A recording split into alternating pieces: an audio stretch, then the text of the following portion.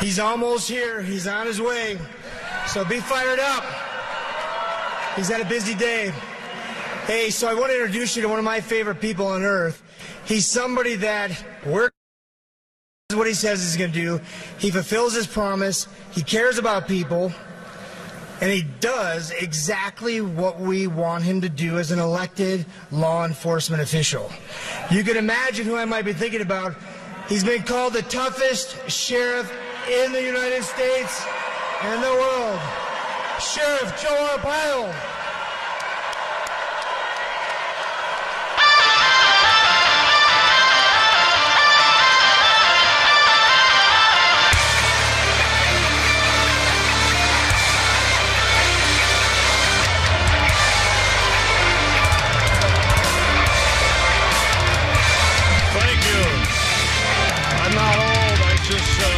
Cleveland, I fell and hit my right foot, still hurting, but it'll be okay. Anyway, thank you. Thank you, Arizona. Thank you, everybody here. This is a great day. I remember 13 months ago, many of you were here. Donald Trump really started his fight against illegal immigration right here in Phoenix, in this building. Think of that. I remember when I introduced him. By the way, this is what is this, a teleprompter? I had to read a teleprompter in Cleveland. First one I ever read. I don't like teleprompter. So I'm not reading a teleprompter. But I remember when I introduced him, I said, I have a gut feeling that he will be a great president. And then I said something that sticks with me. I said, there is a silent majority out there. Remember that? And everybody started cheering. Well, it's not silent anymore, so we'll wipe out that silence.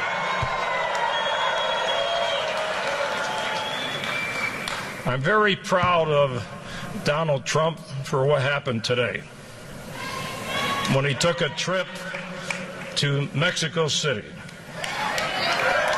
invited by the president of Mexico. And I look back and remember my days when I was the director in Mexico City for the U.S. Drug Enforcement and had to deal with the president and the top officials. Sometimes it wasn't nice, but we were still able to talk, mutual respect, and sometimes that's how you get along.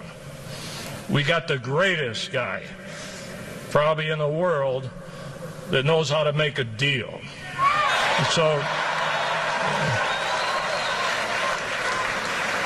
So I'm sure he probably made a few deals in Mexico City, but he's not going to give away the United States of America. And he's going to stick to his guns. Let me tell you something about Donald Trump. I've associated with many people running for president, but this guy is different. This guy is different. Want me to start over? This guy is different. Can you hear me? So,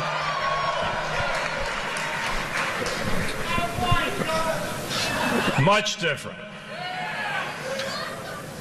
What I was saying, usually when you work in a campaign, you have a consultant saying, say this, don't say that, do this, don't do that. Not once does he ever ask me to say something, not to say it, for his campaign. So he is very comfortable with himself. Now, let's get to Hillary.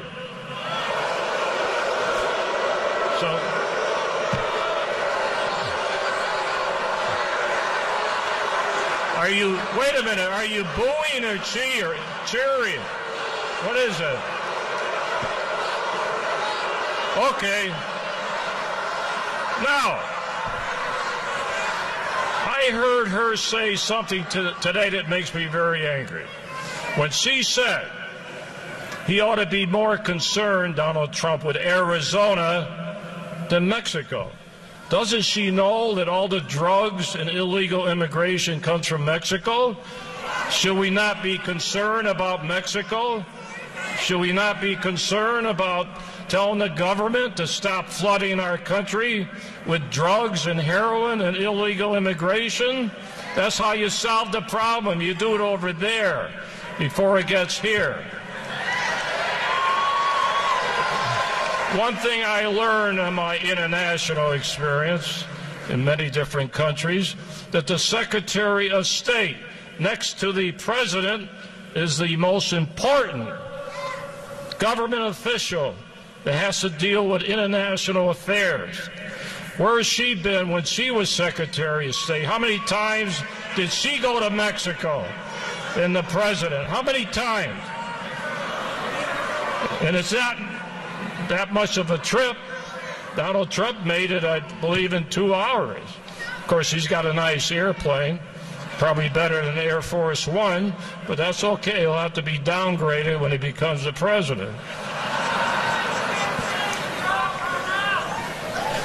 So don't go around blaming everybody else when you're the former Secretary of State about Mexico. Why is it that they did not concentrate on Mexico? Go there often. Deal with the Mexican officials. Talk about the drug traffic. Now, Donald Trump wants to build a wall. Hold on. A lot of people, you know, they're getting a little chicken these days. Well, who's going to pay for it? Okay? Now, quite frankly, I don't really care who pays for it. Let's get it built. And if Mexico does not want to pay for it, they're going to have to pay anyway. I'll tell you how you do it. You take away their foreign aid and take that money and build a wall. Very simple.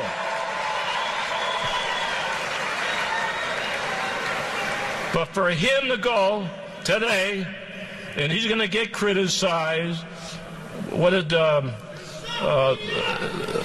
Clinton say? It's just a photo op? Oh, it's a photo op. So why does she go to get her picture with the president? Maybe the president doesn't want his picture with her. After Donald Trump finished, so I'm talking about Hillary. Why, we got more than one Clinton? Oh, we got Bill. I forgot Bill. Which is probably going to be if Hillary wins, Bill's going to be running the government anyway. So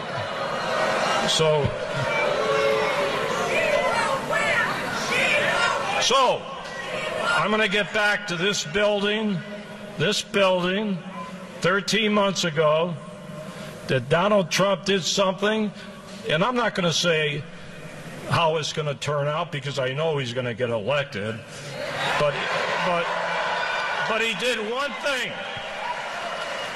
He opened the door for illegal immigration. Nobody wanted to touch this problem. That would have gone away. I guarantee you, if he didn't mention it, no other presidential candidate would be talking about it. You wouldn't be here today. It would not still be a big issue in this country. So you got to thank Donald Trump for opening the door for this problem. So, and another thing, Donald Trump, you know, I got a little personal thing. I've been fighting this drug problem for 55 years. Not going to give up on that one. But he's the one that went public many months ago and said the wall is to stop dope peddlers too, not just illegal immigrants. When he was up in New England, where I'm from, New Hampshire, they were concerned about the heroin. That was their main concern about heroin. We have overdoses in this country, destroying our young people, and the dope is coming from Mexico. So don't tell me that that border is secured. At everybody's talking about 13 million people. I can go on and on, but let me tell you one thing. You know, we run a pretty big jail system here. 8,000 people in jail that are there for they're illegals, but arrested for other charges. We turn them over to ICE. 39% have come back to the same jails. One guy came back 24 times. So don't tell me that the government today are deporting all these illegals. They're letting them back on the streets to continue violations of the law. So think of that. We have a war on cops. Now, I'm a veteran. I talked to Donald Trump many times. I know what comes from his heart. He loves the cops. He loves the military. He loves the veterans. He loves all of you, too. But I'll tell you one thing. When he becomes president, they're going to wipe out these problems, the crime on these streets. And when you burn a building down, they ought to be locked up and not worry about being politically incorrect. Lock them all up and throw them in jail. That's what you do. That may seem tough, but we have to do something. We got cops being killed. We have politics involved. They call the Justice Department when they see a video. They don't even give the cops the benefit of the doubt, this administration. So we got to get back and defend our police, defend our country. And I know I'm got to close this thing right now, so I'm going to close it and say, make sure that you work hard for our next president, Donald Trump, and the vice president. So thank you very much.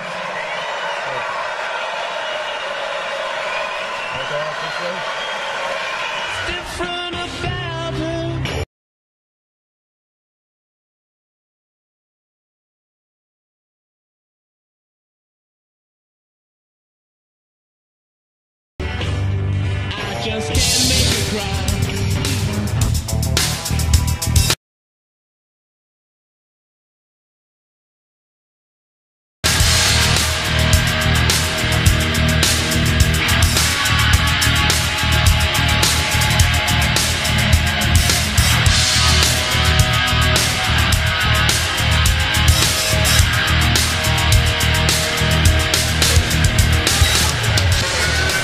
Can you feel the vibes in the building? Somebody's here. I'll tell you what, this lineup gets better every single minute. Again, my name is Robert Graham. I'm the chairman of the Arizona Republican Party, and my job is to assure that we have victory for the President of the United States in this state and every state we can help. Who is going to win on November 8th? I didn't hear you people. Let's let them know you're here. Who is going to win? Arizona is unique. Every single major policy discussion is happening here at Ground Zero in the state of Arizona. He's back because he knows that we can turn up the heat, we can make things happen, and we can do what's expected to support the right person that's going to enforce laws, who's going to protect the people, and who's going to do what?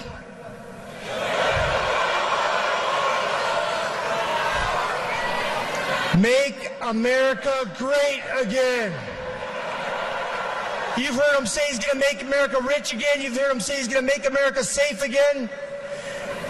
He looks and he sees the vision and the opportunity we have as a people that has been taken away from us from the progressive left. I am so tired of Obama apologizing for the greatest country in the world. We need to protect our military. We need to protect our citizens, and we need to make sure that every American has opportunity and the right to freedom. I want to take this opportunity to introduce you to Jeff DeWitt. Jeff DeWitt is the state treasurer of Arizona, but in his volunteer effort, he is the COO of the Trump campaign nationally. He's uniquely qualified. When you hear him, His energy, his emotion, his passion, and his commitment, he pours into everything. We need to thank his family, too, and his wife, because they literally have given him to us, the people, so that we have the best outcome.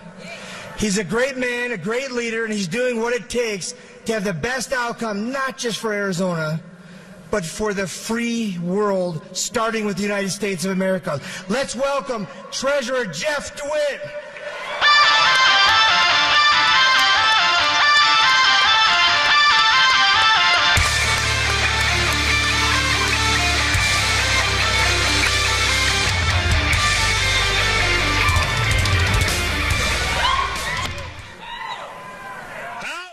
Arizona doing tonight? I tell you, we are blessed to have Robert Graham as our chairman. He's doing a great job. We are absolutely going to deliver the state and keep it red in November.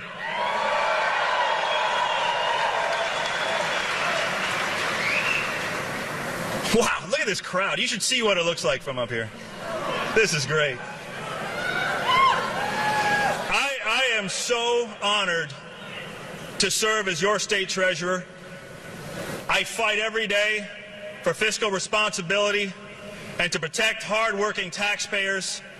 I'm the first statewide elected in the country, the first elected official in the country to support Mr. Trump, and I'm doing so for so many reasons, but one of it is I know that he gets it. He gets what we're going through. He understands the problems that we face, and he wants to put our country back on the path of fiscal responsibility.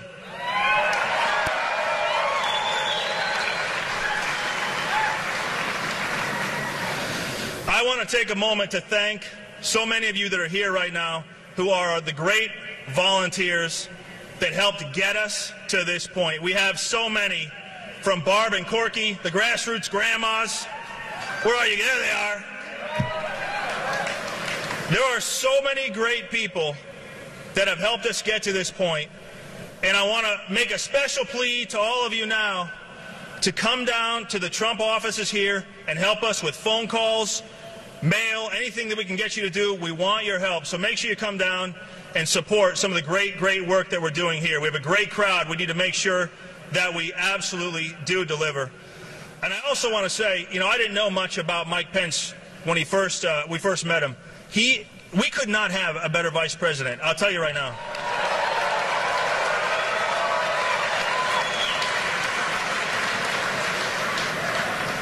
I'm lucky enough to get to know him well, and he is such a great, honest, straight-shooting, God-fearing man, and he's going to absolutely do wonderful things as our vice president, and we have to make sure that we get him there.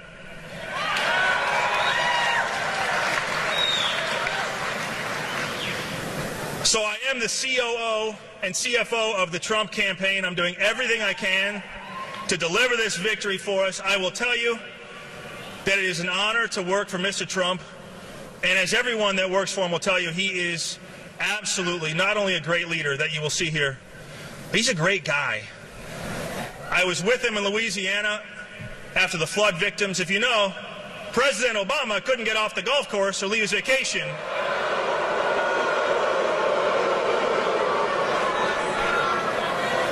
But Donald Trump made a special point of canceling his plans. We loaded up a semi-truck full of supplies and delivered them ourselves down to Louisiana. That was all Mr. Trump.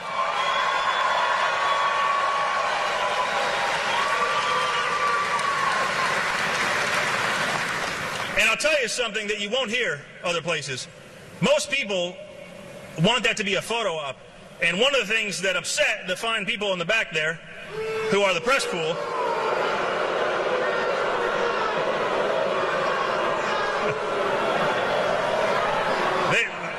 we didn't tell them we were going. We left them behind on purpose because we didn't want it to be a photo op.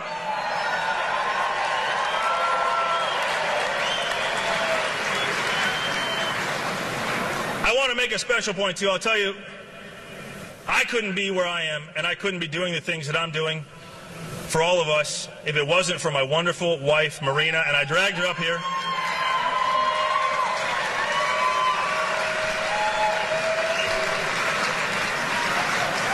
But it underscores the importance of this election in keeping our neighborhoods safe, our families safe.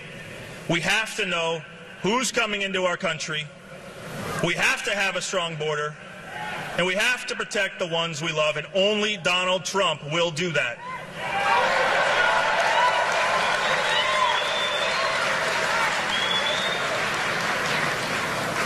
So I want to try something. I want to see how much noise we can make. On the count of three, I want you to say, vote Trump. You ready? 1, 2, 3. Vote Trump! Oh, that's great. One more. Ready? 1, 2, 3. Vote Trump! Yeah. That's the answer. Here's the question. How do we keep our country safe? Vote Trump. How do we make our military strong again? Vote Trump. How do we keep the liberals off the Supreme Court? Vote Trump. How do we make sure our police are safe again? Vote Trump. How do we make sure our neighborhoods are safe again? And how are we going to make America great again? Vote Trump!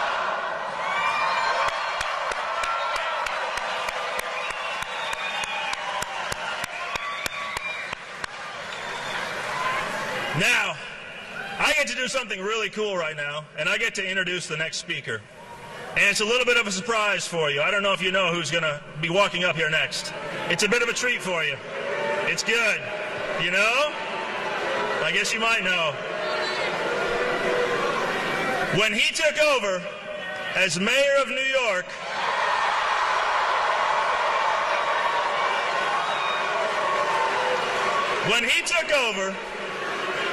there were 1 million New Yorkers on welfare.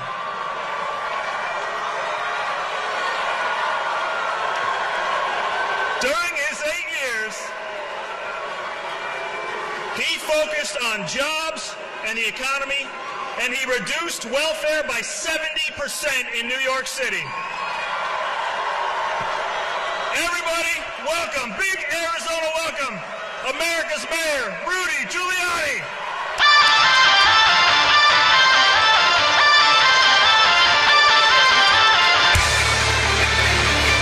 Thank you.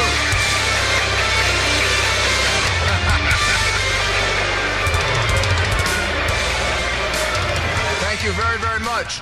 You know, you're not really loud enough.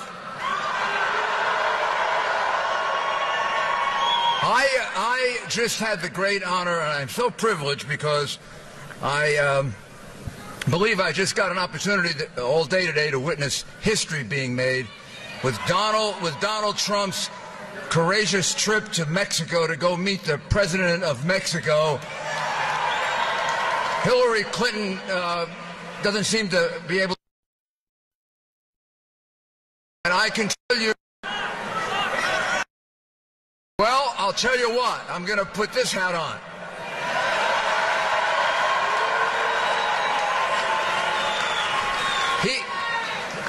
Donald Trump made it clear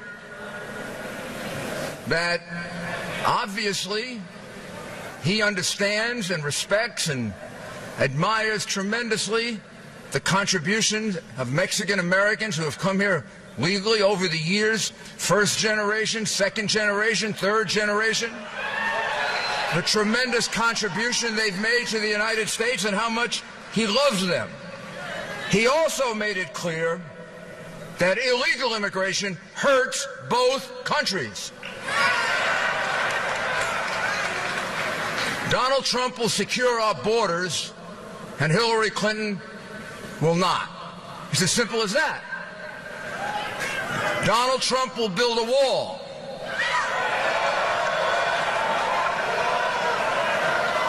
She'll open our borders even more.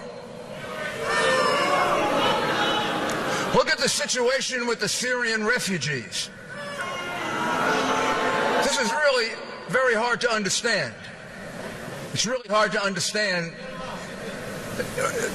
We have all these refugees from Syria. All of that caused by the fact that President Obama and Hillary Clinton have totally ruined the Middle East. Hillary Clinton is running on her experience as Secretary of State. Based on her experience as Secretary of State, I wouldn't hire her as the dog catcher in New York City.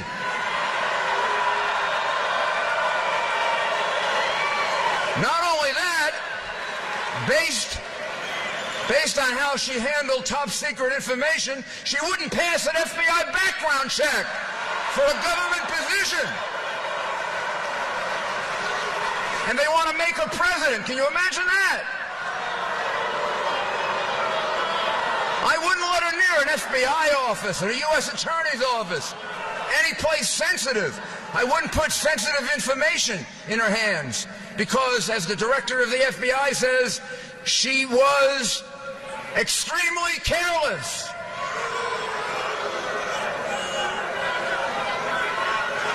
Hillary, 50. Well, let's beat her. You know, haven't you figured out already that Washington is so rigged she is not going to get indicted even though she should? Don't you know that you would have been indicted and arrested now 8 months ago, 10 months ago if you did what she did? If you destroyed 33,000 emails, and now we find that she lied about them. They didn't contain references to Benghazi. A lie. They contain references to Benghazi. They didn't contain top secret material. A lie. They contain top secret material. Those are all federal crimes. Every single one of them. And then look what she did to our State Department. You wanted to get something out of the State Department, you had to fork over big bucks to the Clinton Foundation. I'm not talking little money here. I'm talking big bucks. 30 million, 40 million. Who were the donors? Who were the donors? A money launderer. A convicted criminal. Several dictators who oppress women. And she's a feminist? And she takes millions and millions and millions of dollars, and her husband takes millions of dollars in speaking fees from dictators, oppressors, for people who discriminate against women, for people who run countries where women can't drive cars. And she has the nerve to say the Republican Party has a war on women. The biggest war on women are all those people she was taking money from.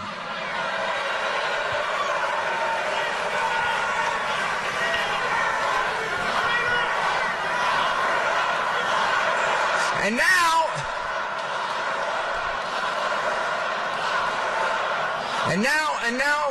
now we have the President of the United States allowing Syrian refugees to come into the United States. He's even displacing military installations so we can put these Syrian refugees there. Now, every single person that I can find in his administration that has law enforcement and intelligence capability, from Jim Comey on down, tells you the people from Syria cannot be vetted. It means they can't be properly investigated. There are no records in Syria to figure out if they are terrorists or they're not terrorists. Now, you don't have to do too much guesswork. ISIS has told us that they are going to put terrorists in among the refugees in order to infiltrate Europe and the United States. We don't have enough terrorists here already? Obama is bringing in more, and ISIS is telling him that? Come on. Come on. So, you want to stop all that? Yes. You want a secure border? You want more jobs?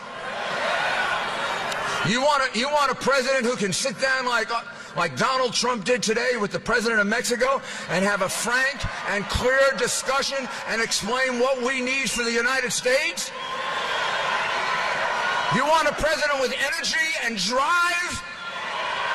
You want a president who can fight for you and not for the special interests who give her and her husband millions and millions of dollars?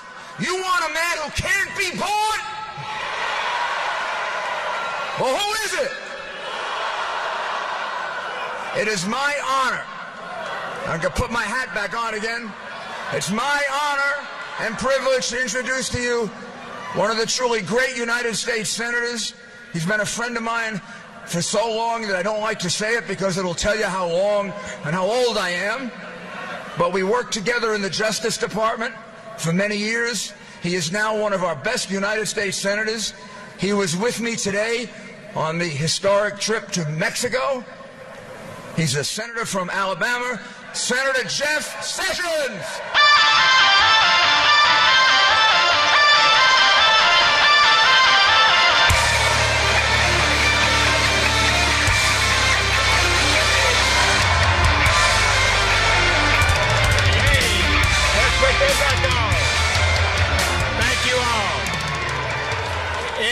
A fabulous crowd here tonight. I got to tell you how excited that makes us all feel. We're on the right track, I'll tell you, to turn this country around. But isn't it a fact that over 60% of the American people for many years now have found and believed and stated to pollsters they believe this country is on the wrong track? Isn't that true? And we're concerned about our country. We love our country. We want it to be better. Let me ask you a question. Does Hillary Clinton even understand we're on the wrong track? You are right. She believes things are fine as they are. We need more of the same. There's one man with the strength, the courage, the determination, the guts, the challenge, the things that are going wrong in this country and put us on the right track, and that's Donald J. Trump.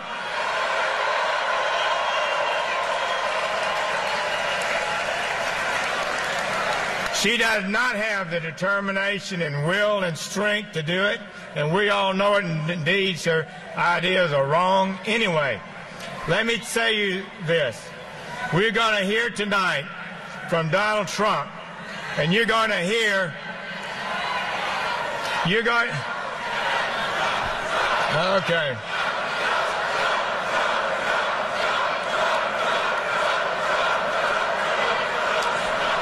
Thank you.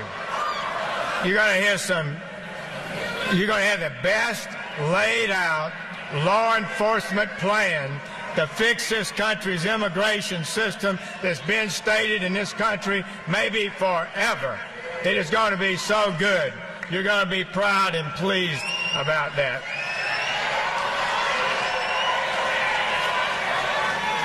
I've been watching this issue for a long time, and I got to tell you, I'm concerned about it. We've not done what needs to be done to strengthen this country. Okay. Well, let's wait a minute.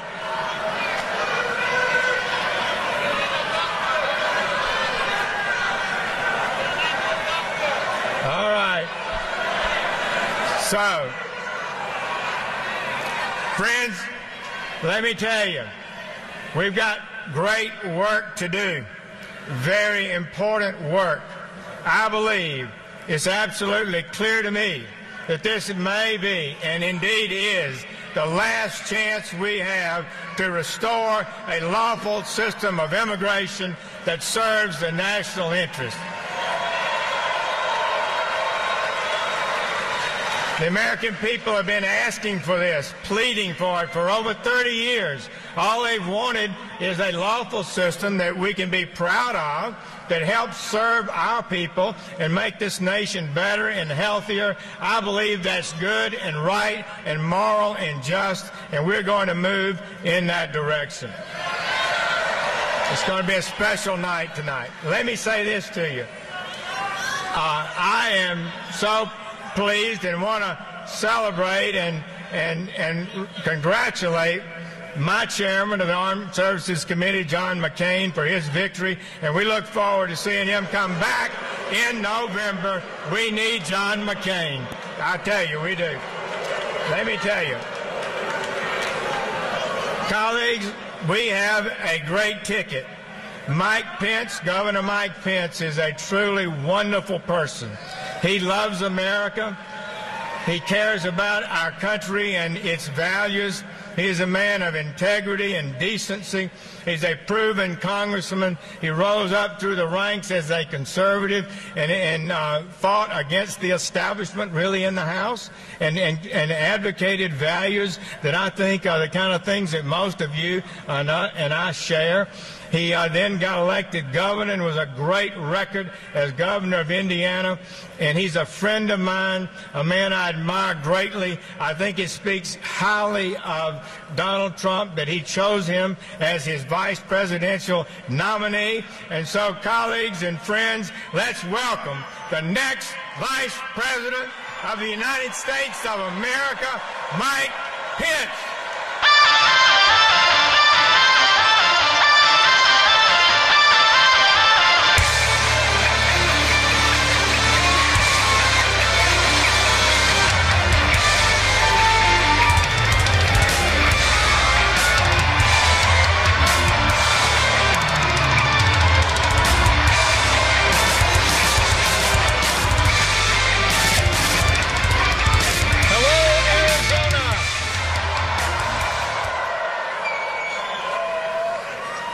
I'm Governor Mike Pence. 6 weeks ago tonight, with my wife Karen at my side, I was humbled to accept my party's nomination to run and serve as the next Vice President of the United States of America. And tonight it is my privilege to introduce a man I have come to know, a man who loves his family and loves this country with an unshakable faith in the American people, and that man is Donald Trump.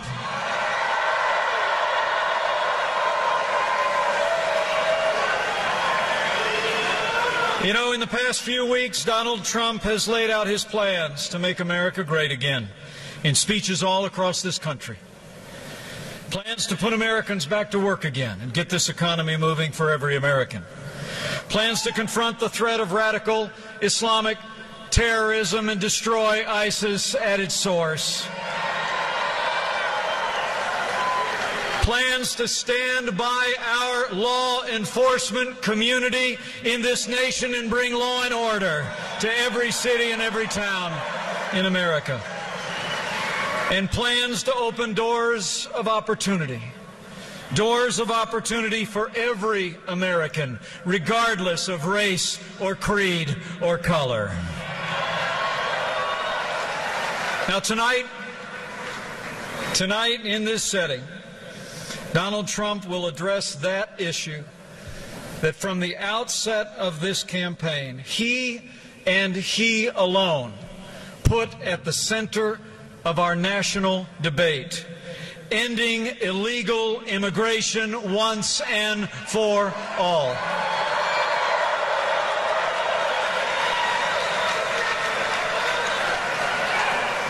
You know, even though illegal immigration has cost American jobs, has lowered wages, and has too often, most heartbreakingly, visited tragedy and violence on American families, remarkably, our opponent Hillary Clinton plans to expand the open borders policies of this administration.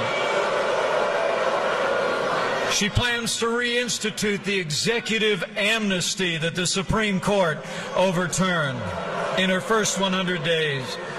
And she even plans to expand refugee immigration from nations compromised by terrorism. Donald Trump knows that for America to be safe and prosperous, our borders must be secure and our laws must be enforced.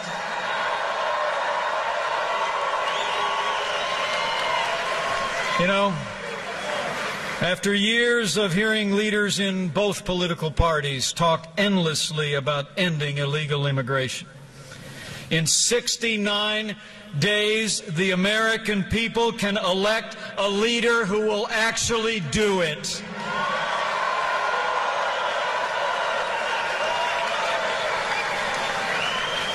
Donald Trump will marshal the national will to get Congress to finally take steps to end this economic and humanitarian crisis. And as he did today with President Peña Nieto in Mexico City, Donald Trump will lead on the world stage with American strength and work together with nations across our hemisphere and across the world for a safer and more prosperous America.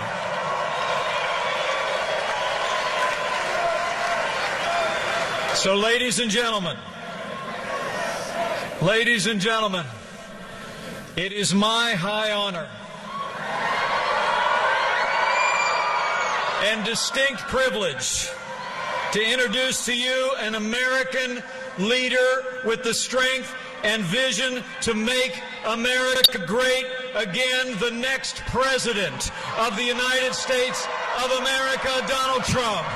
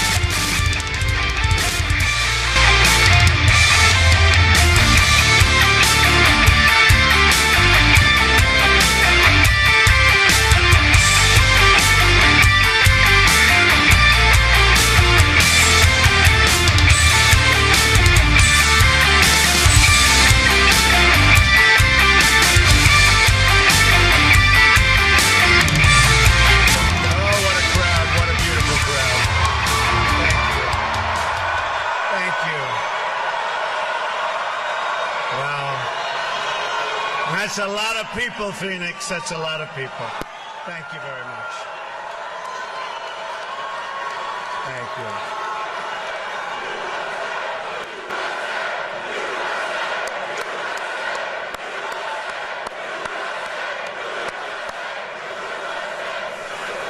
Thank you, Phoenix. I am so glad to be back in Arizona. A state that has a very, very special place in my heart. I love the people of Arizona, and together we are going to win the White House in November. Now, you know, this is where it all began for me. Remember that massive crowd also? So I said, let's go and have some fun tonight. We're going to Arizona, okay? Thank you. This will be a little bit different. This won't be a rally speech per se. Instead, I'm going to deliver a detailed policy address on one of the greatest challenges facing our country today, illegal immigration. I've just landed, having returned from a very important and special meeting with the President of Mexico, a man I like and respect very much, and a man who truly loves his country, Mexico. And by the way, just like I am a man who loves my country, the United States. We agreed on the importance of ending the illegal flow of drugs, cash, guns, and people across our border, and to put the cartels out of business. We also discussed the great contributions of Mexican-American citizens to our two countries, my love for the people of Mexico, and the leadership and friendship that we have between Mexico and the United States. It was a thoughtful and substantive conversation, and it will go on for a while, and in the end, we're all going to win. Both countries, we're all going to win. This is the first of what I expect will be many, many conversations, and in the Trump administration, we're going to go about creating a new relationship between our two countries, but it's going to be a fair relationship. We want fairness. But to fix our immigration system, we must change our leadership in Washington, and we must change it quickly. Sadly, there is no other way. The truth is, our immigration system is worse than anybody ever realized. But the facts aren't known because the media won't report on them. The politicians won't talk about them. And the special interests spend a lot of money trying to cover them up because they are making an absolute fortune. That's the way it is. Today, on a very complicated and very difficult subject, you will get the truth.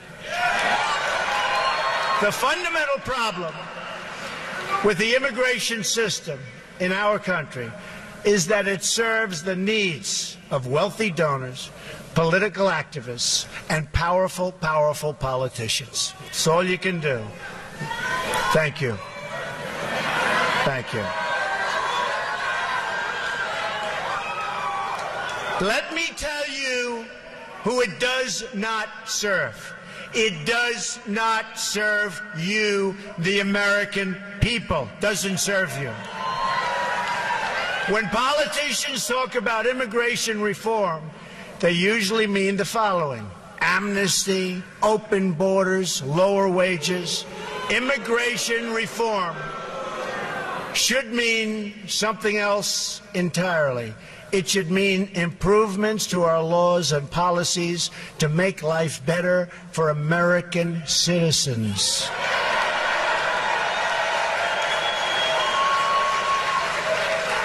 Thank you. But if we're going to make our immigration system work, then we have to be prepared to talk honestly and without fear about these important and very sensitive issues. For instance, we have to listen to the concerns that working people, our forgotten working people, have over the record pace of immigration and its impact on their jobs, wages, housing, schools, tax bills, and general living conditions. These are valid concerns expressed by decent and patriotic citizens from all backgrounds, all over.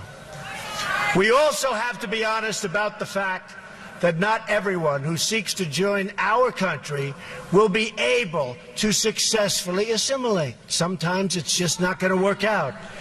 It's our right as a sovereign nation to choose immigrants that we think are the likeliest to thrive and flourish and love us.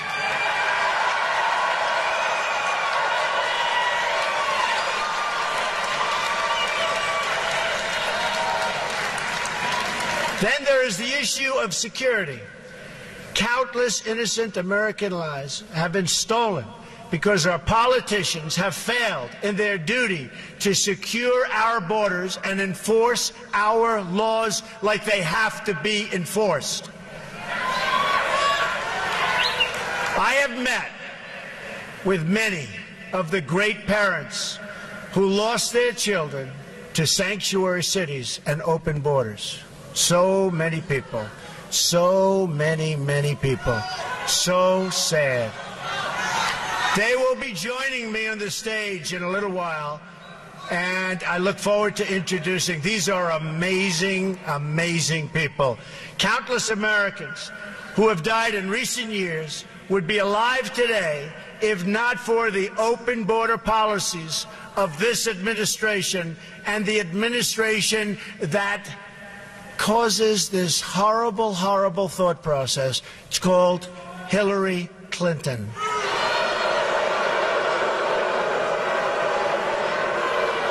This includes incredible Americans like 21-year-old Sarah Root. The man who killed her arrived at the border, entered federal custody, and then was released into the U.S., think of it, into the U.S. community under the policies of the White House, Barack Obama and Hillary Clinton. Weak policies. Weak and foolish policies. He was released again after the crime, and now he's out there at large. Sarah had graduated from college with a 4.0, top student in her class, one day before her death. Also among the victims of the Obama-Clinton open border policy was Grant Rohnbeck, a 21-year-old convenience store clerk and a really good guy from Mesa, Arizona. A lot of you have known about Grant. He was murdered by an illegal immigrant gang member previously convicted of burglary, who had also been released from federal custody, and they knew it was going to happen again. Another victim is Kate Steinle, gunned down in the sanctuary city of San Francisco by an illegal immigrant deported 5 previous times, and they knew he was no good. Then there is the case of 90-year-old Earl Olander, who was brutally beaten and left to bleed to death in his home, 90 years old and defenseless. The perpetrators were illegal immigrants with criminal records a mile long who did not meet Obama administration standards for removal. And they knew it was going to happen. In California, a 64-year-old Air Force veteran, a great woman according to everybody that knew her, Marilyn Ferris, was sexually assaulted and beaten to death with a hammer. Her killer had been arrested on multiple occasions, but was never, ever deported, despite the fact that everybody wanted him out. A 2011 report from the Government Accountability Office found that illegal immigrants and other non-citizens in our prisons and jails together had around 25,000 homicide arrests to their names. 25,000. On top of that, illegal immigration costs our country more than $113 billion a year. And this is what we get. For the money we are going to spend on illegal immigration over the next 10 years, we could provide 1 million at-risk students with a school voucher, which so many people are wanting. While there are many illegal immigrants in our country who are good people, many, this doesn't change the fact that most illegal immigrants are lower-skilled workers with less education who compete directly against vulnerable American workers, and that these illegal workers draw much more out from the system than they can ever possibly pay back. And they're hurting a lot of our people that cannot get jobs under any circumstances. But these facts are never reported. Instead, the media and my opponent discuss one thing and only one thing: the needs of people living here illegally. In many cases, by the way, they're treated better than our vets.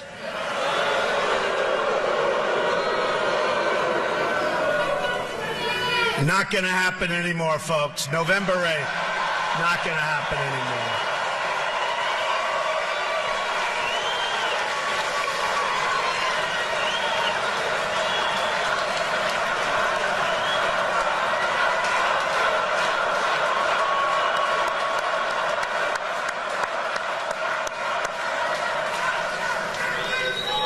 The truth is, the central issue is not the needs of the 11 million illegal immigrants, or however many there may be, and honestly, we've been hearing that number for years. It's always 11 million.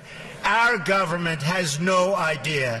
It could be 3 million, it could be 30 million. They have no idea what the number is.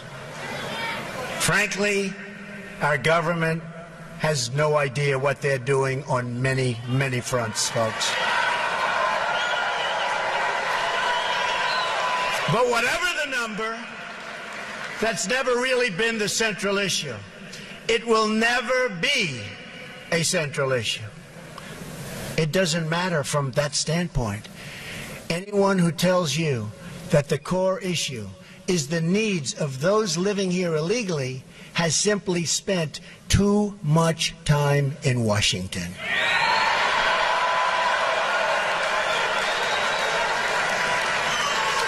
Only the out-of-touch media elites think the biggest problem facing American society, and you know this, this is what they talk about, facing American society today, is that there are 11 million illegal immigrants who don't have legal status. And they also think the biggest thing, and you know this, is not nuclear, it's not ISIS, it's not Russia, it's not China, it's global warming.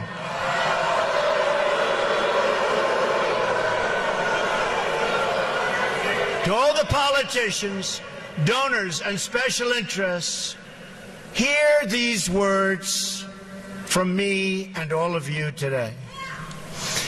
There is only one core issue in the immigration debate, and that issue is the well-being of the American people.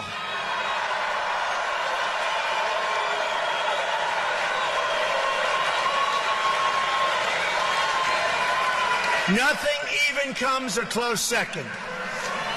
Hillary Clinton, for instance, talks constantly about her fears that families will be separated. But she's not talking about the American families who have been permanently separated from their loved ones because of a preventable homicide, because of a preventable death, because of murder. No, she's only talking about families who come here in violation of the law. We will treat everyone living or residing in our country with great dignity. So important. We will be fair, just, and compassionate to all. But our greatest compassion must be for our American citizens.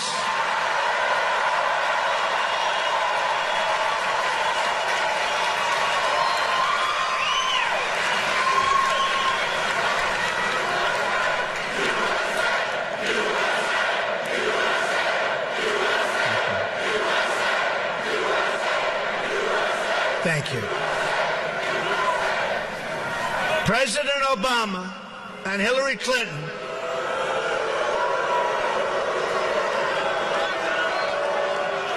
have engaged in gross dereliction of duty by surrendering the safety of the American people to open borders. And you know it better than anybody right here in Arizona. You know it.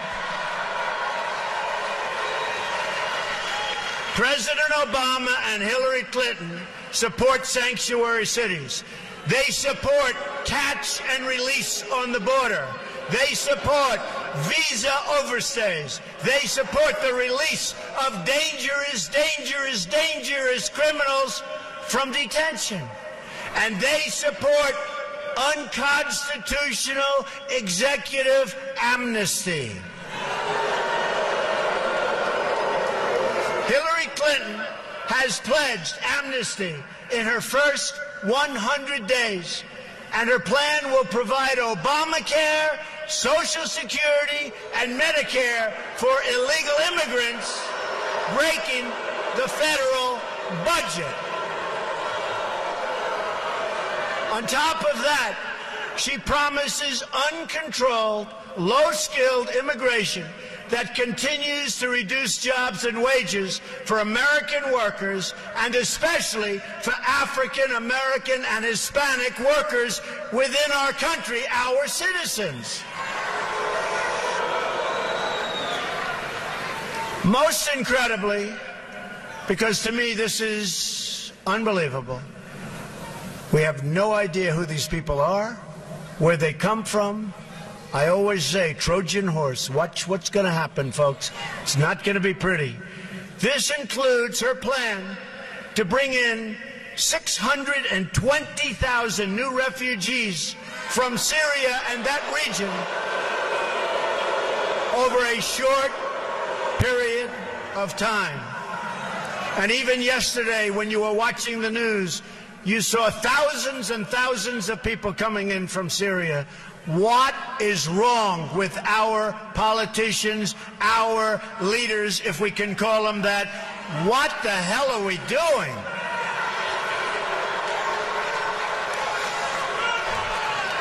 Hard to believe, hard to believe. Now that you've heard about Hillary Clinton's plan, about which she has not answered a single question, let me tell you about my plan. And you notice all the time, for weeks and weeks, they're debating my plan, debating it, talking about it. What about this? What about that? They never even mention her plan on immigration because she doesn't want to get into the quagmire. It's a tough one. She doesn't know what she's doing except open borders and let everybody come in and destroy our country, by the way. While Hillary Clinton meets only with donors and lobbyists, my plan was crafted with the input from federal immigration officers, very great people, among the top immigration experts anywhere in this country who represent workers, not corporations. Very important to us. I also worked with lawmakers who've led on this issue on behalf of American citizens for many years. And most importantly, I've met with the people directly impacted by these policies. So important.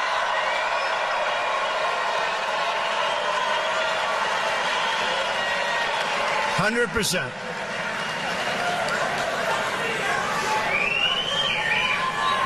They don't know it yet, but they're going to pay for the wall. And they're great people and great leaders, but they're going to pay for the wall. On day one, we will begin working on an impenetrable, physical, tall, powerful, beautiful southern border wall. We will use the best technology, including above and below ground sensors, that's the tunnels. Remember that, above and below. Above and below ground sensors. Towers, aerial surveillance, and manpower to supplement the wall, find and dislocate tunnels, and keep out criminal cartels. And Mexico, you know that, will work with us. I really believe it. Mexico will work with us. I absolutely believe it. And especially after meeting with their wonderful, wonderful president today, I really believe they want to solve this problem along with us, and I'm sure they will. Number two, we are going to end catch and release. We catch them? Oh, go ahead. We catch them? Go ahead. Under my administration, anyone who illegally crosses the border will be detained until they are removed out of our country and back to the country from which they came.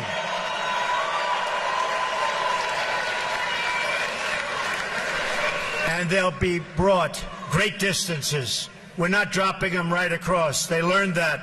President Eisenhower, they'd drop them across, right across, and they'd come back and across. Then when they flew them to a long distance, all of a sudden that was the end. We will take them great distances, but we will take them to the country where they came from, okay? Number three, this is the one I think it's so great. It's hard to believe people don't even talk about it. Zero tolerance for criminal aliens. Zero.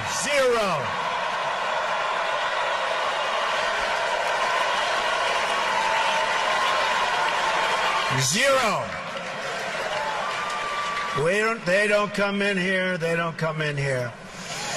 According to federal data, there are at least 2 million, think of it, criminal aliens now inside of our country. 2 million people, criminal aliens.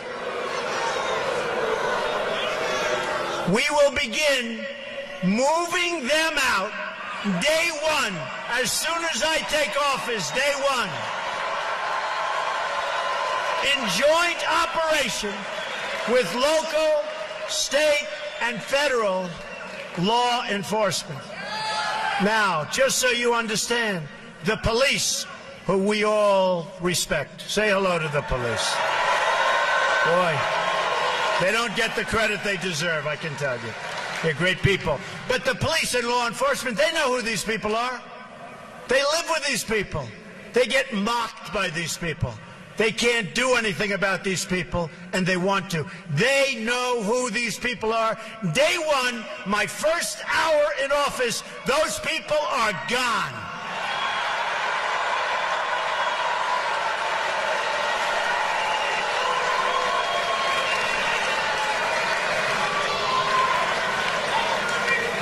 And you can call it deported if you want. The press doesn't like that term. You can call it whatever the hell you want. They're gone. Beyond the 2 million. And there are vast numbers of additional criminal, illegal immigrants who have fled. But their days have run out in this country. The crime will stop. They're going to be gone. It will be over. They're going out fast. Moving forward, we will issue detainers for illegal immigrants who are arrested for any crime whatsoever, and they will be placed into immediate removal proceedings if we even have to do that. We will terminate the Obama administration's deadly, and it is deadly, non-enforcement policies that allow thousands of criminal aliens to freely roam our streets, walk around, do whatever they want to do, crime all over the place. That's over. That's over, folks. That's over. Since 2013 alone, the Obama administration has allowed 300,000 criminal aliens to return back into United States communities. These are individuals encountered or identified by ICE, but who were not detained or processed for deportation, because it wouldn't have been politically correct. My plan also includes cooperating closely with local jurisdictions to remove criminal aliens immediately. We will restore the highly successful Secure Communities program, good program. We will expand and revitalize the popular 287G partnerships, which will help to identify hundreds of thousands of deportable aliens in local jails that we don't even know about. Both of these programs have been recklessly gutted by this administration, and those were programs that worked. This is yet one more area where we are headed in a totally opposite direction. There's no common sense, there's no brain power in our administration by our leader or our leaders. None, none, none. On my first day in office, I am also going to ask Congress to pass Kate's Law, named for Kate Steiner, to ensure that criminal aliens convicted of illegal reentry receive strong, mandatory minimum sentences. Strong. And then we get them out. Another reform I'm proposing is the passage of legislation named for Detective Michael Davis and Deputy Sheriff Danny Oliver, two law enforcement officers recently killed by a previously deported illegal immigrant.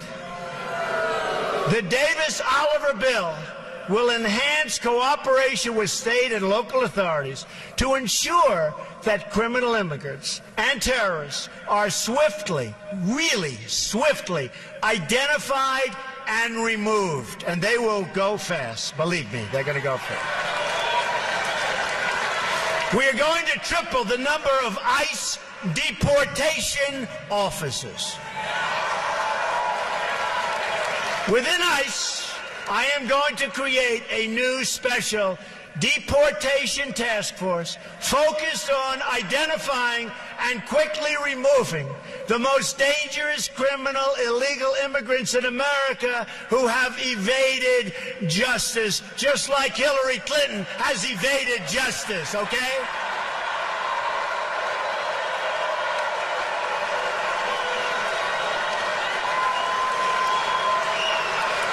Maybe they'll be able to deport her.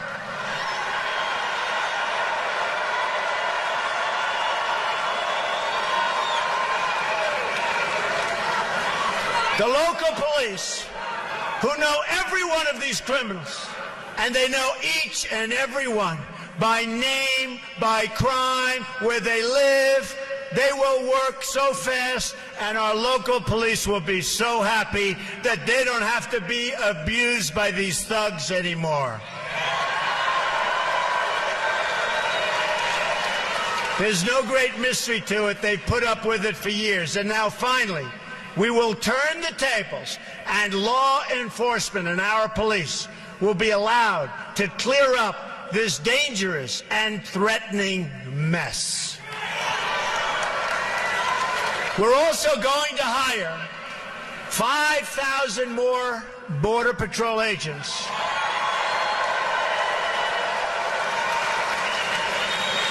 Who gave me their endorsement. 16,500 gave me their endorsement. And put more of them on the border instead of behind desks, which is good. We will expand the number of Border Patrol stations significantly. I've had a chance to spend time with these incredible law enforcement officers, and I want to take a moment to thank them. What they do is incredible.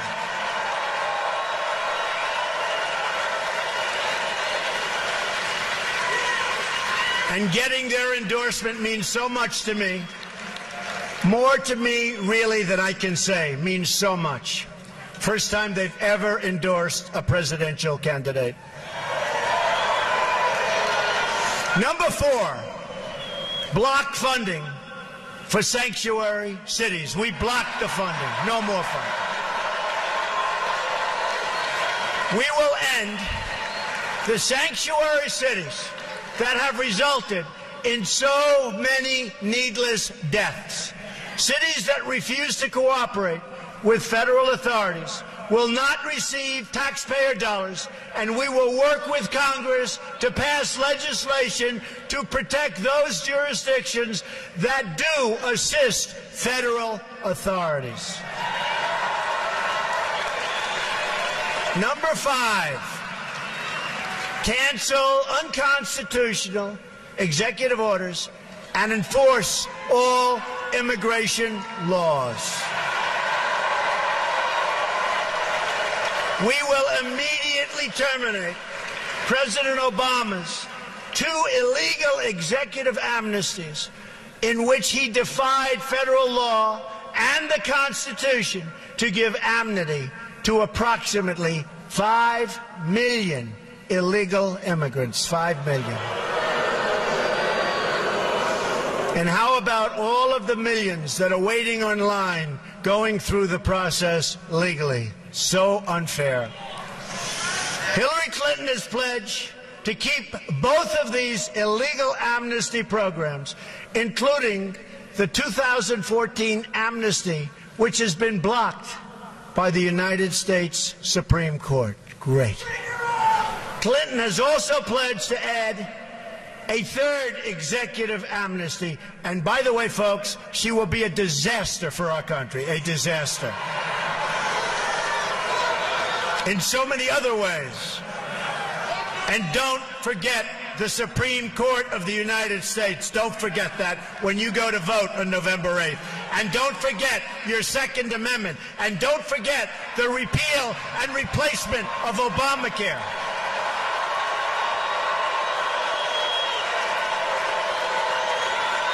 And don't forget building up our depleted military. And don't forget taking care of our vets.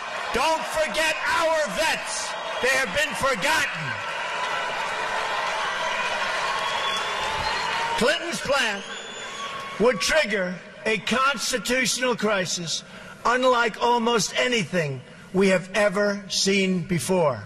In effect, she would be abolishing the lawmaking powers of Congress in order to write her own laws from the Oval Office. And you see what bad judgment she has. She has seriously bad judgment. Can you imagine? In a Trump administration, all immigration laws will be enforced. Will be enforced. As with any law enforcement activity, we will set priorities. But unlike this administration, no one will be immune or exempt from enforcement. And ICE and Border Patrol officers will be allowed to do their jobs the way their jobs are supposed to be done.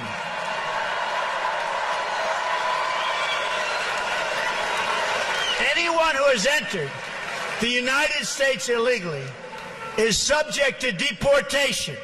That is what it means to have laws and to have a country. Otherwise, we don't have a country.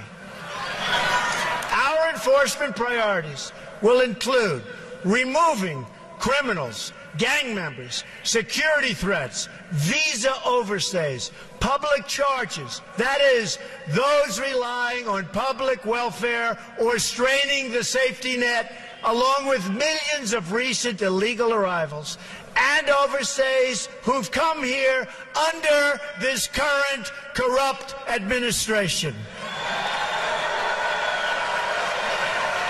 Number 6, we are going to suspend the issuance of visas to any place where adequate screening cannot occur. According to data provided by the Senate Subcommittee on Immigration and the National Interest, between 9/11 and the end of 2014, at least 380 foreign-born individuals were convicted in terror cases inside the United States.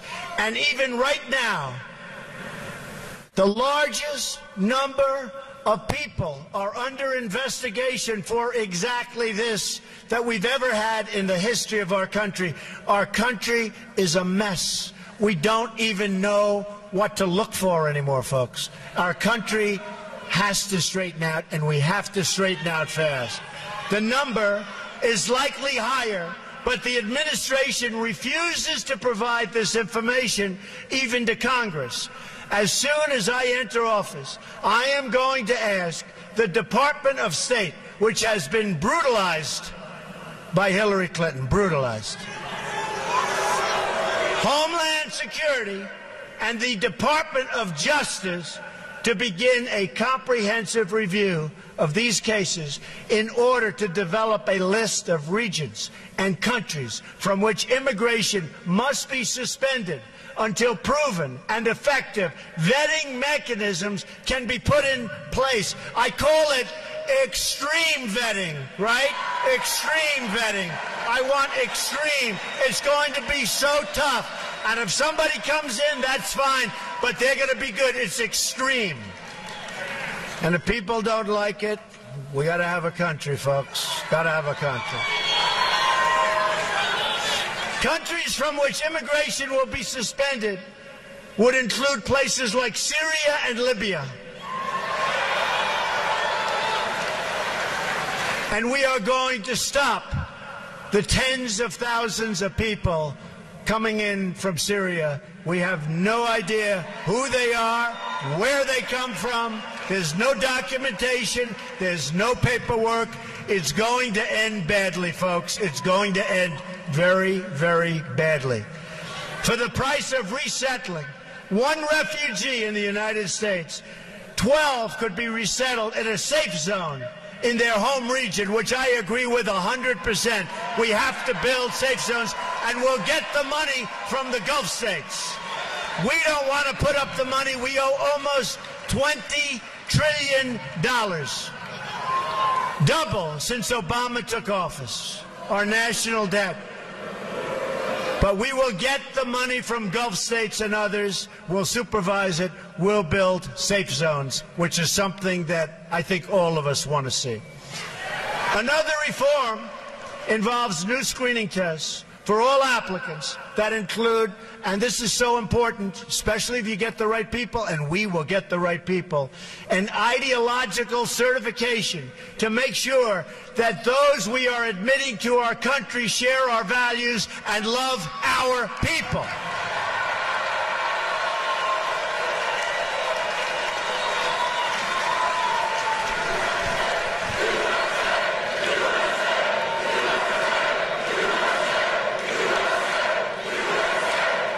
Thank you. We're very proud of our country, aren't we? Really? With all it's going through, we're very proud of our country. For instance, in the last 5 years, we've admitted nearly 100,000 immigrants from Iraq and Afghanistan. In these two countries, according to Pew Research, a majority of residents say that the barbaric practice of honor killings against women are often or sometimes justified. That's what they say. That's what they say. They're justified, right? And we're admitting them to our country. Applicants will be asked for their views about honor killings, about respect for women and gays and minorities, attitudes on radical Islam, which our president refuses to say, and many other topics as part of this vetting procedure. And if we have the right people doing it, believe me, very, very few will slip through the cracks. Hopefully none. Number 7, we will ensure that other countries take their people back when we order them deported.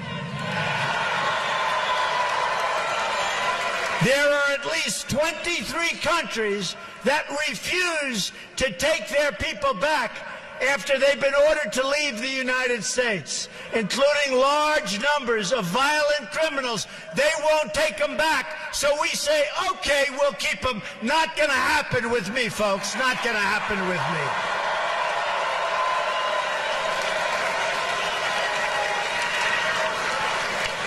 Due to a Supreme Court decision, if these violent offenders cannot be sent home, our law enforcement officers have to release them into your communities. And by the way, the results are horrific. Horrific. There are often terrible consequences, such as Casey Chadwick's tragic death in Connecticut just last year. Yet, despite the existence of a law that commands the Secretary of State to stop issuing visas to these countries, Secretary Hillary Clinton ignored this law and refused to use this powerful tool to bring nations into compliance, and they would comply if we would act properly. In other words, if we had leaders that knew what they were doing, which we don't. The result of her misconduct was the release of thousands and thousands of dangerous criminal aliens who should have been sent home to their countries. Instead, we have them all over the place. Probably a couple in this room, as a matter of fact. But I hope not. According to a report from the Boston Globe, from the year 2008 through 2014, nearly 13,000 criminal aliens were released back into U.S. communities because their home countries would not, under any circumstances, take them back. Hard to believe. With the power we have, hard to believe. We're like the big bully that keeps getting beat up. Do you ever see that? The big bully that keeps getting beat up.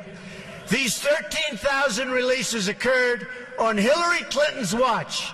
She had the power and the duty to stop it cold, and she decided she would not do it.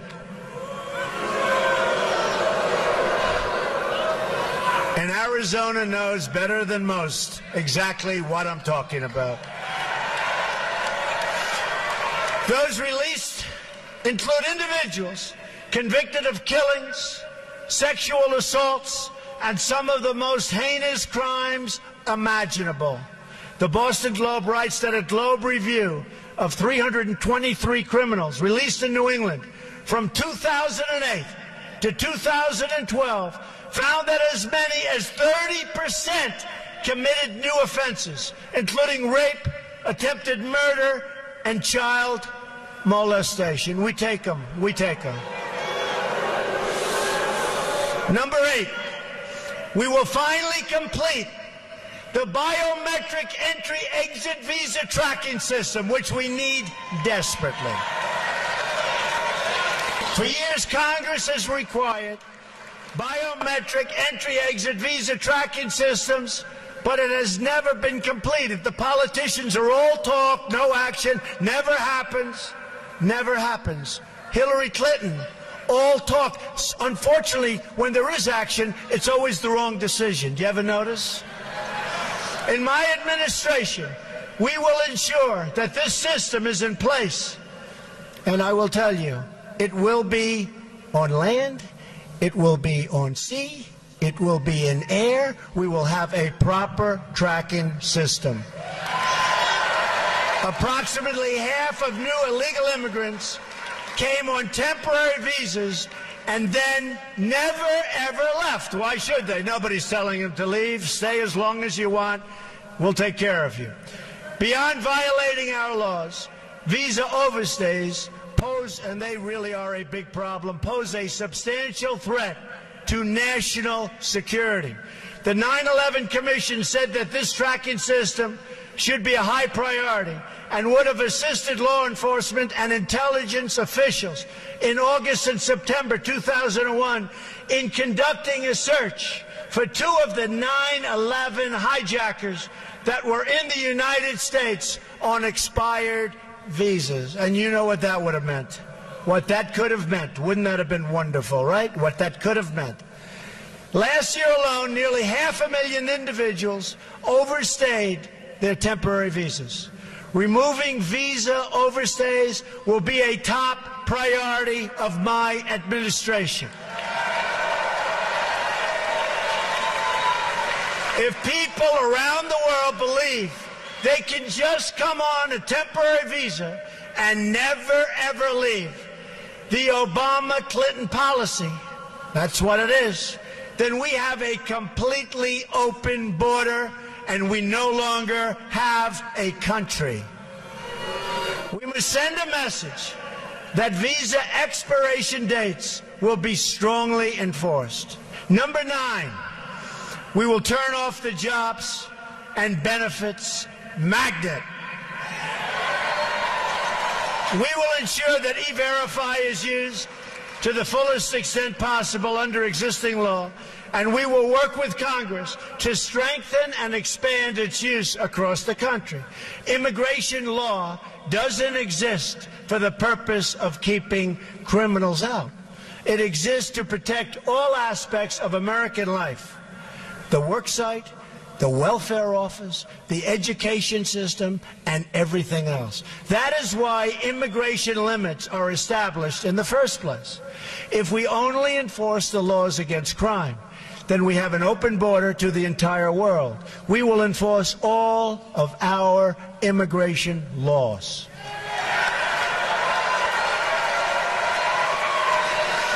And the same goes for government benefits.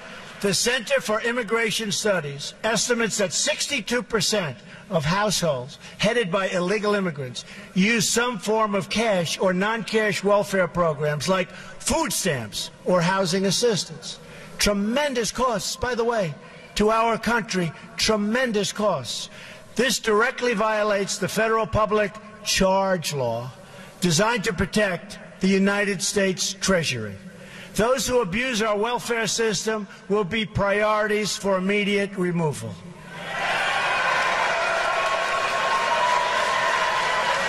Number 10, we will reform legal immigration to serve the best interests of America and its workers, the forgotten people, workers.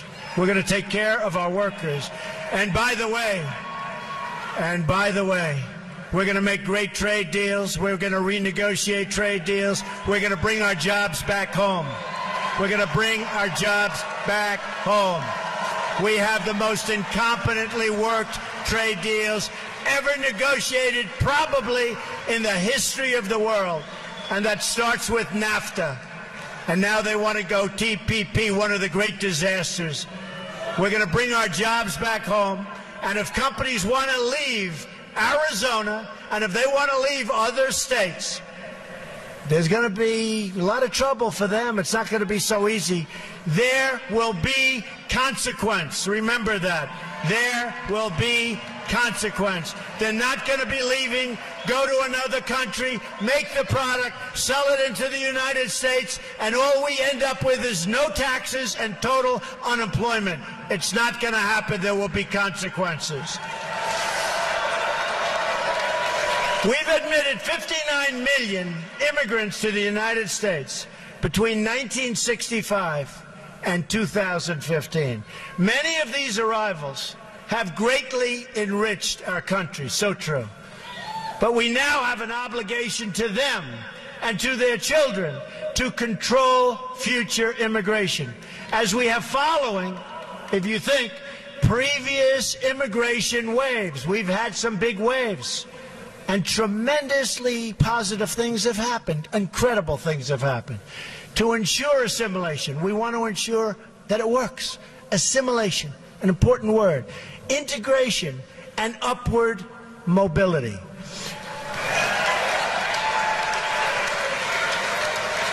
Within just a few years, immigration as a share of national population is set to break all historical records.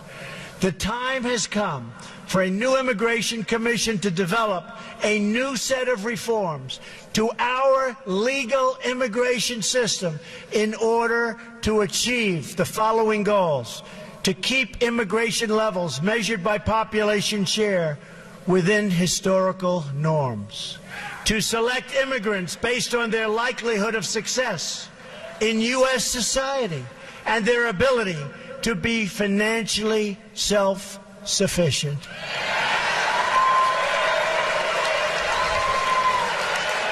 We take anybody. Come on in, anybody. Just come on in. Not anymore. You know, folks, it's called a two-way street. It is a two-way street, right? We need a system that serves our needs, not the needs of others. Remember, under a Trump administration, it's called America First. Remember that.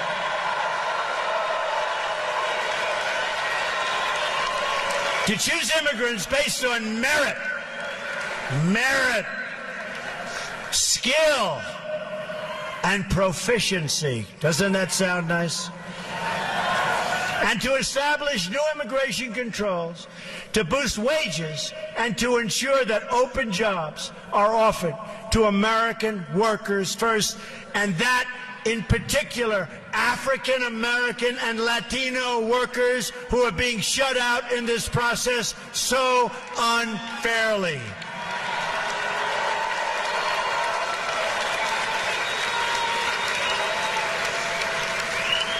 And Hillary Clinton is going to do nothing for the African American worker, the Latino worker. She's going to do nothing. Give me your vote, she says, on November 8th. And then she'll say, so long, see you in 4 years. That's what it is. She is going to do nothing.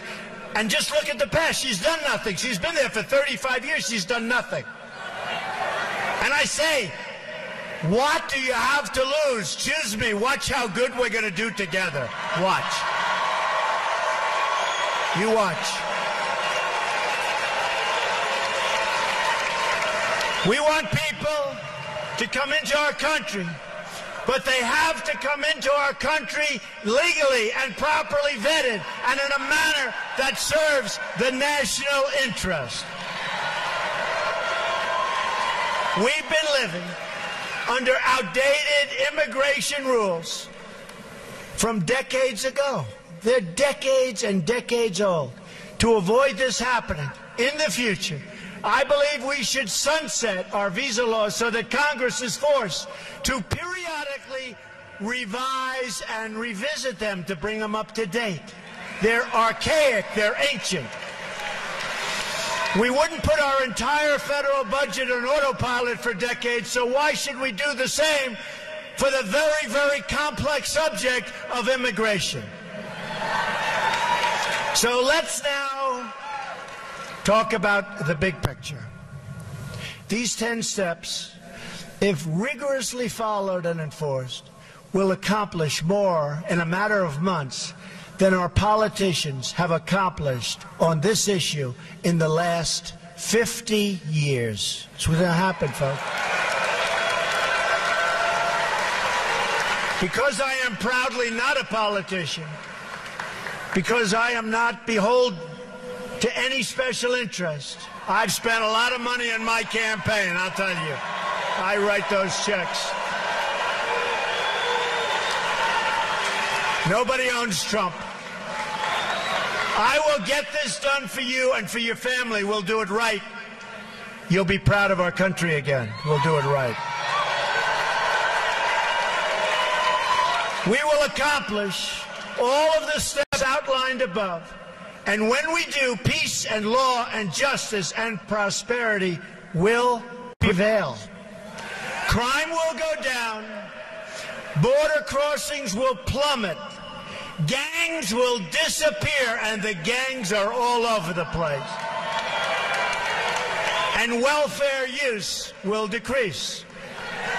We will have a peace dividend to spend on rebuilding America, beginning with our American inner cities. We're going to rebuild them for once and for all. For those here illegally today who are seeking legal status, they will have one route and one route only: to return home and apply for re-entry like everybody else under the rules of the new legal immigration system that I have outlined above. Those who have left to seek entry, thank you.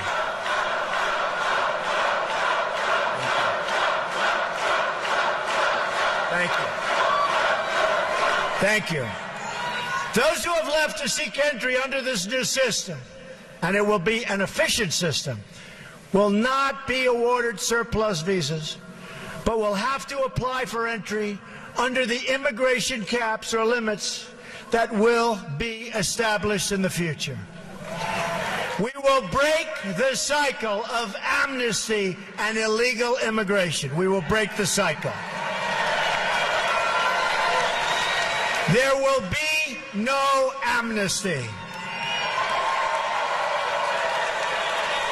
Our message to the world will be this: you cannot obtain legal status or become a citizen of the United States by illegally entering our country. Can't do it.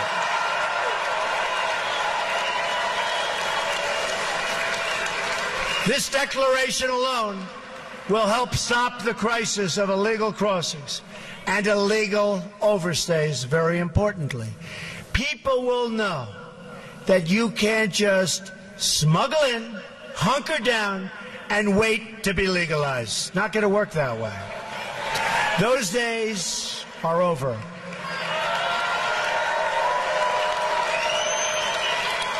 Importantly, in several years, when we have accomplished all of our enforcement and deportation goals and truly ended illegal immigration for good, including the construction of a great wall which we will have built in record time and at a reasonable cost, which you never hear from the government, and the establishment of our new lawful immigration system, then and only then will we be in a position to consider the appropriate disposition of those individuals who remain.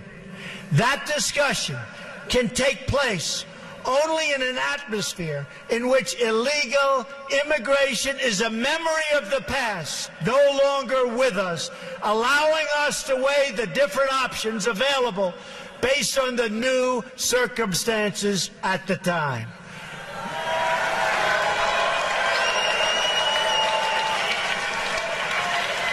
Right now, however, we are in the middle of a jobs crisis, a border crisis, and a terrorism crisis like never before. All energies of the federal government and the legislative process must now be focused on immigration security. That is the only conversation we should be having at this time. Immigration security. Cut it off. Whether it's dangerous materials being smuggled across the border, terrorists entering on visas, or Americans losing their jobs to foreign workers, these are the problems we must now focus on fixing. And the media needs to begin demanding to hear Hillary Clinton's answer on how her policies will affect Americans and their security.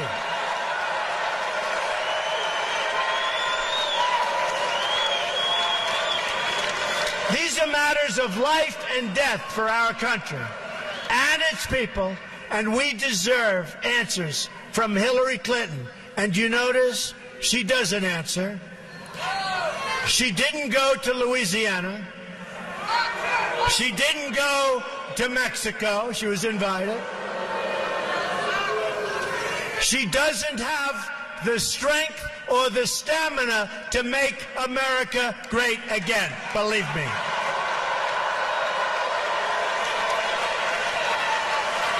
What we do know, despite the lack of media curiosity, is that Hillary Clinton promises a radical amnesty combined with a radical reduction in immigration enforcement. Just ask the Border Patrol about Hillary Clinton. You won't like what you're hearing. The result will be millions more illegal immigrants, thousands of more violent, horrible crimes, and total chaos and lawlessness. That's what's going to happen as sure as you're standing there. This election, and I believe this, is our last chance to secure the border, stop illegal immigration, and reform our laws to make your life better. I really believe this is it. This is our last time. November 8th. November 8th. You got to get out and vote on November 8th. It's our last chance. It's our last chance. And that includes Supreme Court justices and Second Amendment. Remember that. So I want to remind everyone what we're fighting for and who we are fighting for.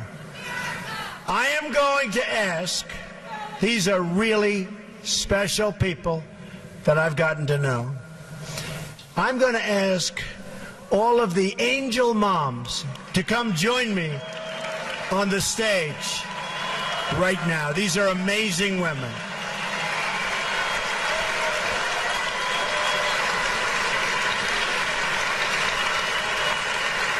These are amazing people.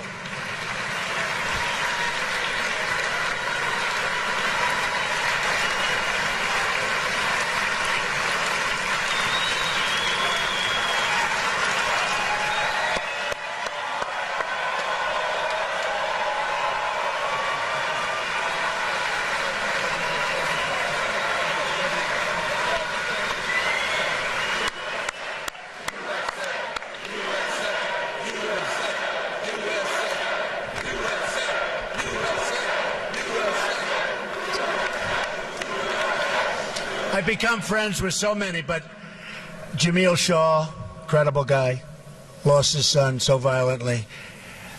Say just a few words about your child. My son, Ronald da Silva, was murdered April 27, 2002 by an illegal alien who had been previously deported. And what makes me so outrageous is that we came here legally. Thank you, Mr. Trump. I totally support you. You have my vote. Thank you. Thank you. God bless you. You know what? Name your child and come right by. Go ahead. Laura Wilkerson, and my son was Joshua Wilkerson. He was murdered by an illegal in 2010, and I personally support Mr. Trump for our next president. My name is Ruth Johnston Martin. My husband was shot by an illegal alien. He fought the good fight, but he took his last breath in 2002, and I support this man who is going to change this country for the better. God bless you.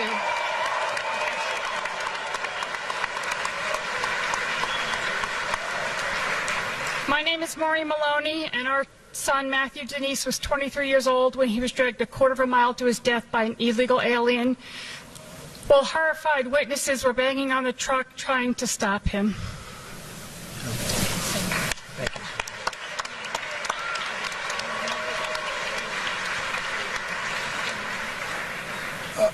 Our son Matthew Denise, if Donald Trump were president in 2011, our son Matthew Denise and other Americans would be alive today.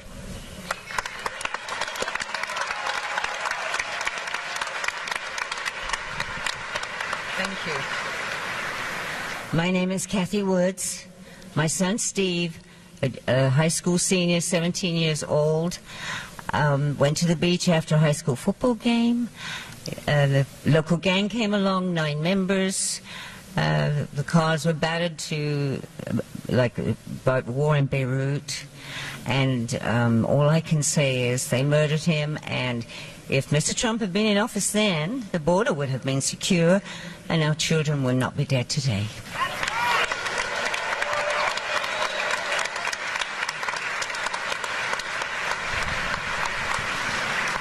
Hi, my name is Brenda Sparks, and my son is named Eric Zepeda. He was raised by a legal immigrant from Honduras, only to be murdered by an illegal in 2011. His murderer never did a second in handcuffs or jail. Got away with killing an American. So I'm voting for Trump. And by the way, so is my mother.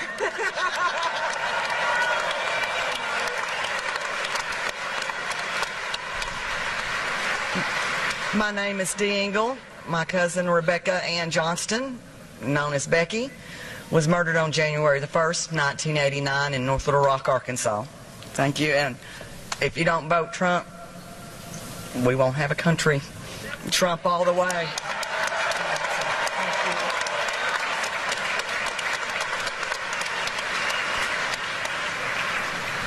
I'm Shannon Estes, and my daughter Shaylee Estes, 22 years old, was murdered here in Phoenix last July 24th by a Russian who overstayed his visa. And vote Trump.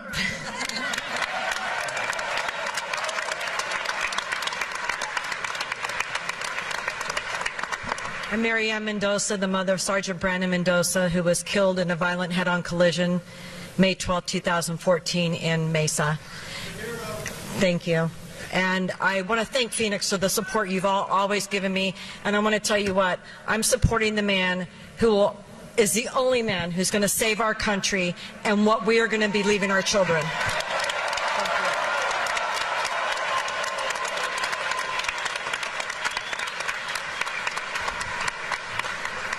I'm Steve Ronnebeck, father of Grant Ronnebeck, 21 years old, killed January 22nd, 2015 by an illegal immigrant who shot him in the face. I truly believe that Mr. Trump is going to change things. He's going to fight for my family, and he's going to fight for America.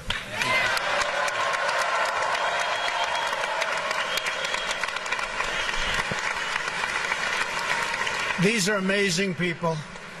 And I'm not asking for their endorsement, believe me that. I just think I've gotten to know so many of them and many more from our group. But they are incredible people, and what they're going through is incredible, and there's just no reason for it. So let's give them a really tremendous hand.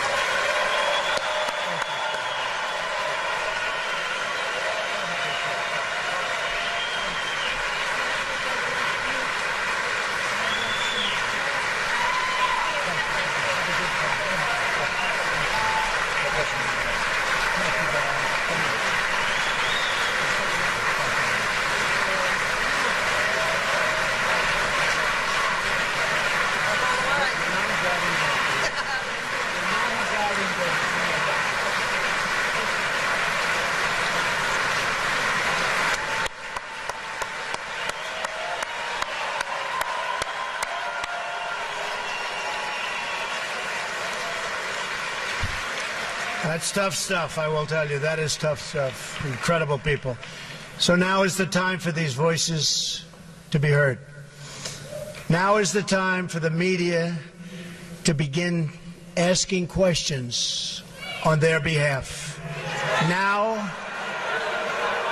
is the time for all of us as one country, Democrat, Republican, liberal, conservative, to band together to deliver justice and safety and security for all Americans. Let's fix this horrible, horrible problem. It can be fixed quickly.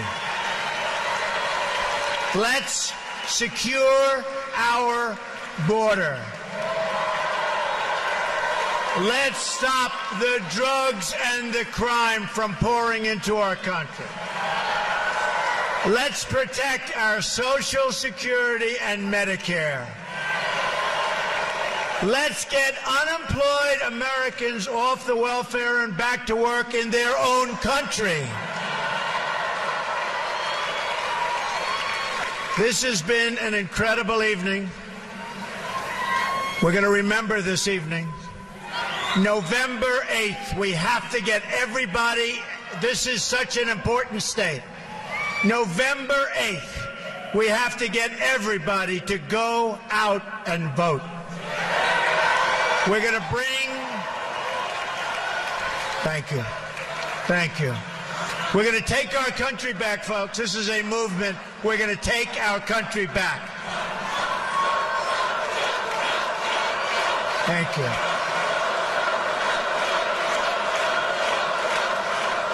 Thank you. This is an incredible movement. The world is talking about it. The world is talking about it. And by the way, if you haven't been looking at what's been happening at the polls over the last 3 or 4 days, I think you should start looking. You should start looking.